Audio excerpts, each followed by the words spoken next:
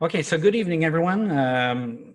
Welcome, and thank you for joining us tonight. As I mentioned in a tweet earlier this week, we will be giving out a Linux for PHP elephant tonight to all those that are present at the live event. So I'll let Mike handle that. There's an elephant up for grabs. So one of you will be leaving with Cloudy tonight. Okay, so let's move on to our topic. So Linux for PHP, a Docker container made with PHP in mind. That's an important thing to mention, is that it is made. So it's not a Linux distribution that we know of, right? It's been created out of nothing.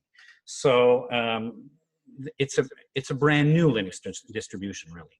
So what is it essentially? Well, it's a lightweight LAMP server with all the software needed to easily compile and or use any version of PHP. It has all the underlying software needed to run PHP, making it a cutting-edge software infrastructure for your PHP code. And it is easily customizable to suit your every needs. So from running a CMS to debugging, profiling a script, you can do it all with Linux for PHP. So you might say, well, why do we need Linux for PHP, right? So the reason is that Linux for PHP is a standard C tool chain, unlike Alpine. So Alpine uses BusyBox. It uses the Muzzle C library, so it's not a complete C tool chain. So that means that when you try to compile PHP with Alpine, you might run into issues. Also, if you run PHP on major mainframes using Alpine, some compiler switches might not fit with the processor. So then you'll have these very strange segmentation faults. You might be wondering why. The reason will be the fact that you're using Alpine. It is smaller in size than images, smaller size images, pardon me, than most Linux distributions like Debian, Ubuntu, Red Hat. So that's interesting. And also, we must remind ourselves about this question of size images, is that often when you're actually pulling in 30 containers, even though they're small containers, if you're reinstalling always the same libraries, in fact, on the server, you might end up with much more stuff on the hard drive, right? So here, you're actually using the same image over and over again. So overall, it will actually be also smaller from that point of view. And the main point, of course, is that it's interesting to have the possibility to use multiple PHP versions, but on exactly the same infrastructure. So that means that with Linux for PHP, you can use PHP 5.6 to 8.0 dev without ever changing the underlying C or C++ libraries. So that means that the environment is exactly the same all the time, no matter what version of PHP you're using, which would not be the case with other distributions. Okay, so what are the use cases? Well, you can easily compile a recent version of PHP, and that includes the version of PHP 8.0 from today. So if you want to compile directly from the master branch and you want to test out the new feature that was committed today, you can. You can easily test any PHP script against any PHP version simultaneously. You can easily profile any script with Blackfire.io and other tools also. You can debug with Xdebug. We'll see that a little bit later on. You can easily test any CMS, PHP framework. Now we have Composer integration, which means that somebody that doesn't want to touch the command line and actually send in Docker commands can actually avoid it by using a Linux for Composer JSON file and actually running everything from there. And that means running any container, not only Linux for PHP containers, but also anything you can find on Docker Hub through the use of a Docker file, right? Now, the key feature to remember here is that now we're talking about a new concept that we might call a file-based portable environment. So that means with one single text file, if I share that in a repo and I ask all my colleagues to pull on that, they can actually just send out the Linux for Composer command on the command line, and it will build the environment exactly the same as it is from the original environment. And that includes staging, production, all the rest. So that's quite interesting because often Docker can be a pain when you try to actually send it out into production, and then you have an issue because there's something in the configuration file that was specific to a certain environment. So this actually makes it more easy to get things rolling in any environment. Okay, so code examples, please. Anything in here in this presentation you'll find on GitHub at Linux for PHP, Nomad PHP. Of course, I could plug my book there quickly. There are some examples that come from the book also. So that would be something that could be checked out fairly easily. So let's go with the code examples.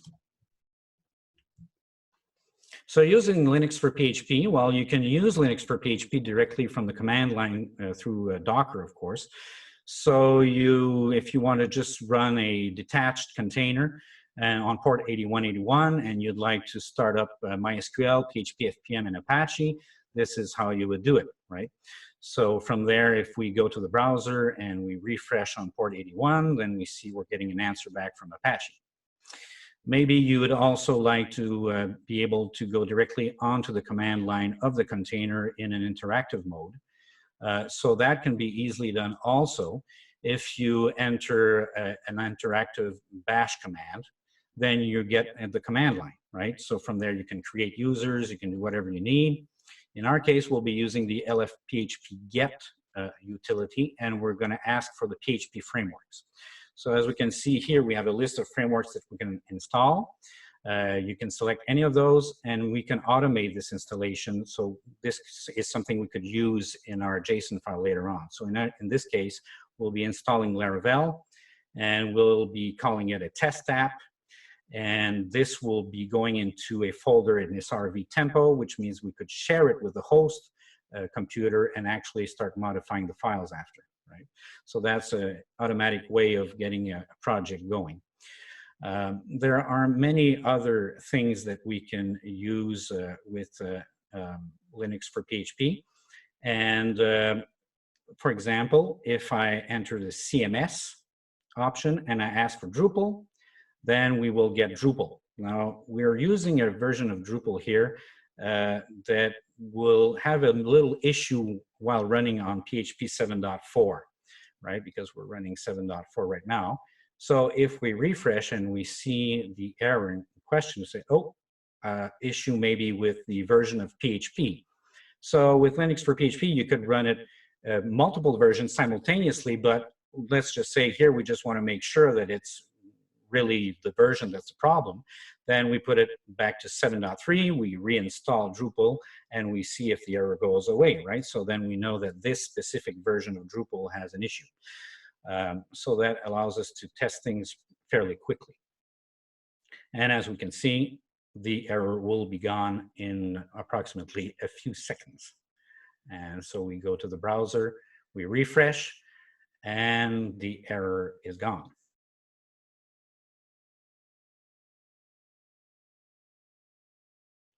Okay, so let's use PHP 8 now. First, let's demo a little our helper tool, which is Linux for Composer. So we might make things a little bit easier instead of entering all sorts of command lines and complicated stuff. So we use Composer to require a new dependency in development, Linux for PHP, Linux for Composer.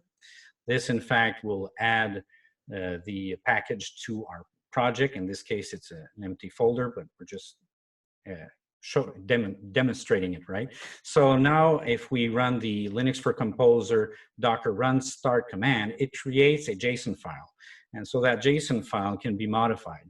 So the main points here is that you can actually ask for multiple PHP versions at the same time. So it will actually spin up multiple containers. And you can enter any commands you would like to run inside the container in order to prepare your environment. You can ask for thread safety. So if you say, oh, I'd like to have a Zend thread safe option to run pthreads, you can. You can use Docker files. Once you've configured your image, you can configure your containers, either a detached mode, the different ports. You can say, okay, I want multiple ports for each container. You can share volumes. So for example, you could share your present working directory, or you could simply use a Docker shared volume by indicating a persist data and giving it a name, for example. So in our case, we'll be running the 3 versions, 7.4, 7.3, 7.2, and we'll simply be putting in a PHP info at the root of the server directory. And so then we'll be running the same command, lfphp, to start up the servers. And we should be able to access all these different versions on the different ports, right? Because we have different ports configured for each container. So if we go to the browser, and now we go to the first local host, 7474, well, of course, we have PHP 7.4. If we go to 7.3, we get 7.3, and 7.2.7.2, we have 7.2. So that actually spins up all the containers at once. If we want to stop force and not commit any containers, we just enter the command stop force, and it will automatically stop all 3 containers. If we enter only the command stop, it will actually ask us, do you want to commit each container before stopping it? So you can keep any changes you've made. So let's move on to 8.2 dev, right? So let's take out all the other PHP versions. And we're going to just change our port so that we can clearly see that we're spinning up a new container. And we'll put in port 8181. And then we can go back to the browser once we have started the containers once more. As we can see here, we did not have 8.0 dev on the computer, so it actually pulled it. And from there, we simply go to localhost 8181, and we will see our PHP info at running 8.0 dev. Now, maybe you would like to compile today's version. Well, there is a utility inside the Linux for PHP images. You can ask for lfphp compile the master branch, and in this case, we'll be asking the thread safe version. So once you run that command, you restart Linux for Composer, and you'll be getting the 8.0 dev of today. Okay, so let's create a new project with Linux for PHP. We're going to create a project that will use Laravel. So we start by creating the Laravel project. Once the Laravel project will be created, we'll be requiring Linux for Composer, using Composer, of course. This will add the dependency to the project. And from there, once again, we'll be modifying our JSON file, and it will start using the Linux for PHP images in the background. So if we go to the actual file, once we create it, there we go. And now we go to the actual JSON file and we start modifying. So we'll run our Laravel project on 7.4. We will link the public folder of Laravel to the document root, public document root of the Apache server. So, and then we will share our current project inside the container. We'll modify the ports also so that we go back to our port 8181. And we will share the present working directory with the container. So if you're on Windows, don't use the pwd environment variable. It will not work. It works only on Mac or on Linux. For Windows, you'll have to use the entire path, right? So now if we start up the container, we will be able to see our Laravel project in the browser. So now if we want to add in, for example, another tool like Xdebug and say, okay, I want to start being able to debug our Laravel project, you can enter these commands. Like I said, remember all of this is available in the repository created on GitHub. So you don't have to copy this. You can just pull the code off the repository. And it's in my book also. So like I said, you don't have to note this down. So if you start it, Xdebug will actually be ready to start doing some remote sessions. So to access that, we'll just make sure that our PHP Storm is all set. So if you go in the settings menu in the file, the settings menu indeed, you go to the languages and frameworks section, and you ask to add in a new server, right, Nomad PHP. Just make sure you put in the IP address of the container and that you'll be using Xdebug. Then just put in the map that we've just put in our JSON file. And from there, just make sure that your PHP has access to a local CLI interpreter on your host, right? Otherwise, it won't want to start the debugging session. Okay, so once this is done, just edit your configurations. Make sure you create a remote debug item. You can do that by pressing on the little plus and I'm selecting PHP remote debug. Right. Once that is selected, you can name it Nomad PHP, select the server with the same name. The important part is the IDE key, PHP Storm. This is what we're going to use to start up the session from the browser. Once this is done, confirm it. Just open the listening to the incoming connections, right? We allow for the incoming connections to run. We go into our Laravel project, we set some breakpoints. And once the breakpoints are set, then we're ready to go. So we will start our session by adding in a get parameter, xdebug session start, and using the ID key mentioned previously, PHP Storm. So as we see in the IDE, the session has started.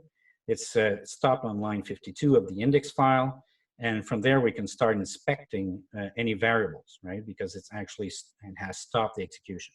So this is running inside the Linux for PHP container, and we're controlling the session from our IDE, right? So this is very interesting for debugging very quickly. If we go back to the browser, you'll see the browser is actually waiting for us, right? So it's waiting that we finish our session. So if we go back to PHP Storm and say, okay, our session is done, then the browser will be done also.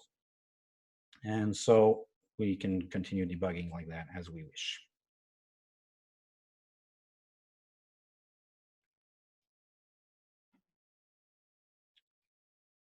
Okay, so the Linux for PHP Cloud will be offering you all the goodness that you've just seen and much more. So hosting plans galore to fit your needs, your budget, with unlimited bandwidth for a price you can easily understand. On top of having the chance to deploy everything from your computer or a CI/CD pipeline, you'll be able to administer and deploy apps, Lambda functions, and much more through our responsive UI widgets. So check us out. We'll be at linuxforphp.com shortly. It should be coming out in May. It will allow you one-click app deployments, all sorts of good stuff. Okay, so thank you very much. Of course, don't hesitate to follow us on Twitter. Go check out my website, yes, andrewscaya.net. And don't forget to follow Linux for PHP. So we're at Linux for PHP on Twitter. You can subscribe to our YouTube account. A lot of new videos will be coming out in the next few weeks to explain all of this. And so there you go. So thank you very much to the Nomad PHP team for inviting me. And thank you all for tuning in. And we'll be seeing you out there. So see you soon.